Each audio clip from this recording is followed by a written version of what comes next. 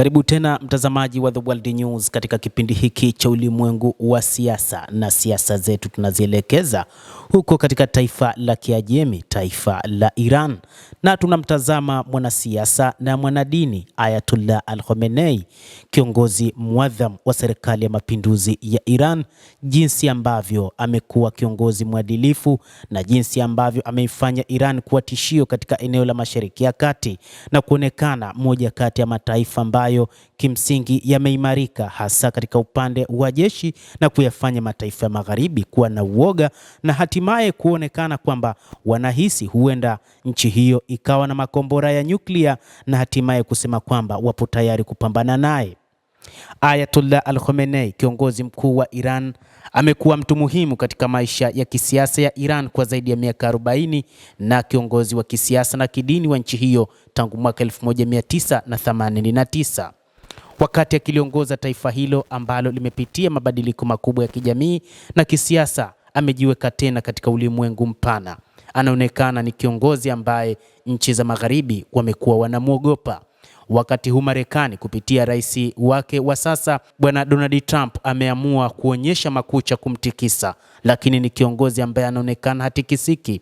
Wakati Donald Trump akisema kwamba anataka kupambana na Iran, Ayatollah Al-Khamenei anasema yupo tayari na tayari amelipanga jeshi lake kwa ajili ya mapambano dhidi ya Marekani. Kimsingi tunapolizungumzia taifa la Marekani hasa katika uga wa kivita, yeyote husema kwamba atakayeingia katika vita hivyo hakika ataumia, na ndicho wengi ambacho wanakifikiria wakati huu.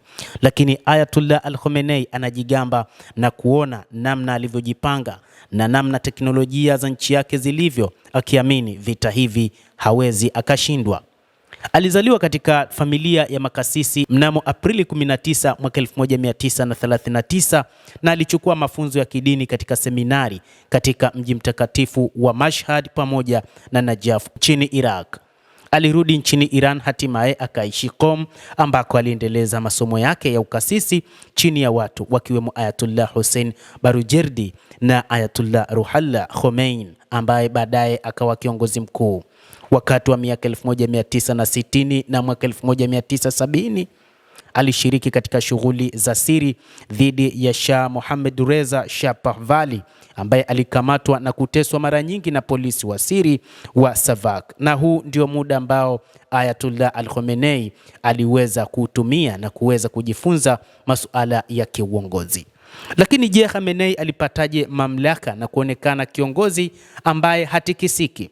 Khamenei alipanda haraka kupitia safu ya dola ya mwanzo ya serikali ya mapinduzi ya Iran, akichukua majukumu muhimu katika baraza la mapinduzi ya Kiislamu na vilevile akiwa mbunge na naibu waziri wa ulinzi, lakini aliongoza sala ya Ijumaa katika mji wa Tehran.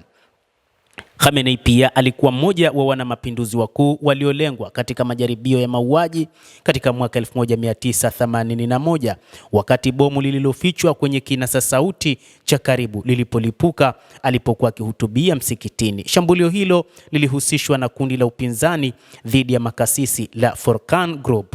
Khamenei alipata majeraha mabaya na kuachwa akiwa amepooza katika mkono wake wa kulia. Baada ya Rais Mohamed Al-Rajai na Waziri Mkuu Mohamed Javad Bahunar kuuawa Agasti mwaka 1981, mpinzani Mujahidin al-Khalqi ambaye ni shirika kutoka Mujahidin la watu wa Iran, Khamenei aligombea kiti cha urais na kupata 95% ya kura katika uchaguzi ambao haukupingwa.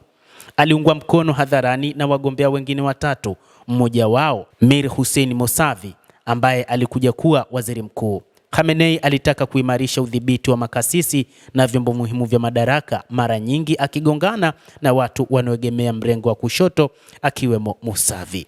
Sera ya mambo ya nje ya Khamenei ililenga awali katika kudhibiti mzozo wa miaka 8 wa Iran na Iraq ya Saddam Hussein, ambapo takribani raia milioni 1 na wanajeshi walikufa kwa pande zote mbili.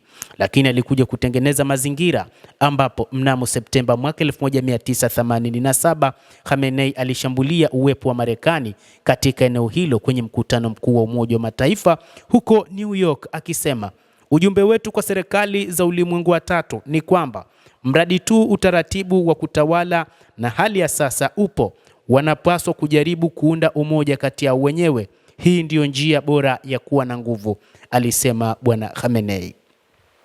Lakini vipi alikujaje kuwa kiongozi? Mwaka 1989 ulimwengu ulibadilika na mwisho wa vita baridi kati ya Marekani na Umoja wa Kisovieti. Iran nayo ilianza kushuhudia mabadiliko makubwa. Kifo cha Khomeini tarehe 3 Juni mwaka 1989 kilikuwa hatua muhimu ya mabadiliko kwa nchi. Mrithi mteule wa muda mrefu wa Khomeini, Ayatollah Hussein Ali Montazer, alikuwa ametengwa na kuondolewa madarakani vema na Khomeini miezi mitatu tu iliyopita kutokana na wito wake kuwepo kwa wingi zaidi katika siasa. Bunge la wataalamu wa Iran lilimteua Khamenei kama kiongozi mpya wa Iran, jukumu ambalo Khamenei mwenyewe awali alidai kuwa hakuwa na sifa za kuchukua. Kadri siku zilivyozidi kusonga, ndipo ambapo Khamenei aliuzoea uongozi wa serikali ya mapinduzi ya Iran, na ndipo ambapo alionyesha namna bora ya kuwa kiongozi wa kidini, akisimama mstari wa mbele kuhakikisha masuala ya kidini yanatekelezwa vizuri. Na ndipo ambapo nchi za kimagharibi zilianza kumchukia kwa sababu alikuja na misimamo imara, misimamo isiyotetereka, na misimamo ambayo ilisababisha maandamano ya mara kwa mara ndani ya Iran. Na ni kutokana na kile ambacho wageni kutoka nchi za magharibi waliamua kutengeneza vibaraka kwa ajili ya kuondoa utawala wake, lakini hakuyumba wala hakutetereka. Hili lilimsaidia kuendelea kwake kuwa kiongozi wa serikali ya mapinduzi ya Kiislamu ya Iran. Tutazame ni kivipi nchi za magharibi sasa zimekuwa zikimwogopa sana kiongozi huyu pamoja na serikali yake. Miaka ya hivi karibuni kiongozi huyo wa serikali ya mapinduzi ya Kiislamu ya Iran amekuwa ni tishio kwa nchi za magharibi. Ni kwa sababu nchi hiyo ya Iran ilishajiweka wazi na kujipambanua hasa katika teknolojia. Nchi ya Iran imekuwa na teknolojia ya hali ya juu katika kila upande. Katika upande wa jeshi, serikali ya mapinduzi ya Iran imejitengeneza vema.